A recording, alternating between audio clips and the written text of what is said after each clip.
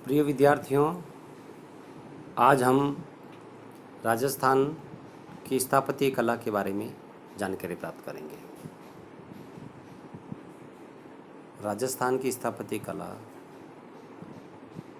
न केवल राजस्थान या भारत बल्कि संपूर्ण विश्व में उसका अनूठा एवं महत्वपूर्ण स्थान है। स्थापत्य कला से तात्पर्य भवन निर्माण कला है। पूर्व में भी हमने स्थापत्य कला के बारे में कुछ महत्वपूर्ण तथ्यों का अध्ययन किया था। स्थापत्य कला के महत्वपूर्ण तत्वों में हमने इससे पूर्व में जिन तत्वों का अध्ययन किया था उसमें मूल रूप से हमने कुएं, बावड़ियाँ, हवेलियाँ आदि का वर्णन किया था। कुएं, बावड़ियाँ, हवेलियाँ ये सब राजस्थान की स्थापत्य कला के महत्वपूर्ण आधार हैं और इसी स्थापत्य कला के आधार पर हम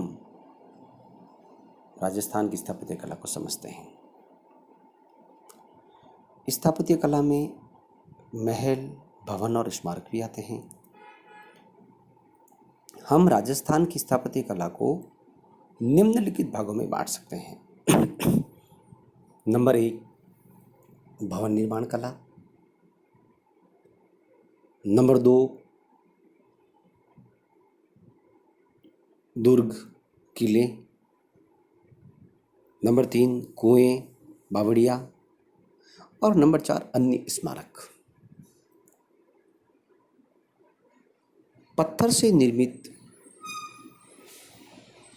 वे भवन, महल, कुएं या बावड़ियाँ जो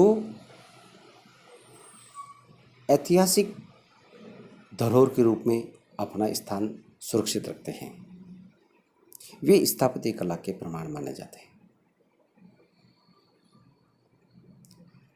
राजस्थान की स्थापत्य कला विश्वविख्यात है। यहाँ पर विभिन्न शासकों ने अपने अपने शासनकाल में महत्वपूर्ण स्मारकों, महलों और भवनों का निर्माण करवाया था। राजस्थान की स्थापत्य कला की जो कला का जो निर्माण है, इसके कुछ महत्वपूर्ण तत्व हैं जिनके बारे में हमें जानकारी होना आवश्यक है। और ये तत्व हैं मूल रूप से कि जो ये स्मारक बने या भवन बने या महल बने, तो ये जो स्थापत्य कला में किस किस सामग्री का प्रयोग किया जाता था। मूल रूप से ईंटों का प्रयोग किया जाता था। इसी के साथ साथ चूने के द्वारा उसकी लिपाई की जाती थी और फिनिशिंग के रूप में संगमरमर के पत्थर का प्रयोग किया जाता था। राजस्थान के आज भी कई मंदिर स्थापत्य कला के ऐसे प्रमाण हैं जहाँ पर संगमरमर का प्रयोग किया गया है। तो राजस्थान की स्थापत्य कला के अंतर्गत हम मंदिर निर्माण कला को भी लेते हैं, भवनों को भी लेते हैं और इनकी जो कला है वो बेजोड़ हैं। अब मूल बात ये आती है कि स्थापत्य कला में कौन कौन से स्थान हैं जिनको हम इंगित कर सकते हैं।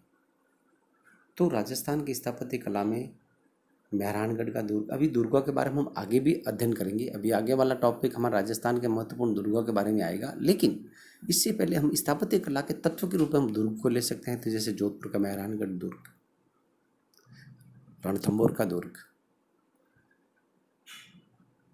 जयपुर का दुर्ग, जिसे हम जयपुर का जो दुर्ग है वो भी हमारे लिए बहुत ही महत्वपूर्ण है। तो इस प्रकार से ये जो चीज़ें हैं, ये जो तत्व हैं, ये तत्व हमारी स्थापत्य कला के एक महत्वपूर्ण आधार हैं। कई जगह पर हमें स्थापत्य कला के रूप में हमें वो प्रशस्तियाँ मिलती हैं, पत्थर पर उत्कीर्ण कुछ तत्व मिलते हैं, वे भी स्थापत्य कला के अद्भुत नमूने माने जाते हैं।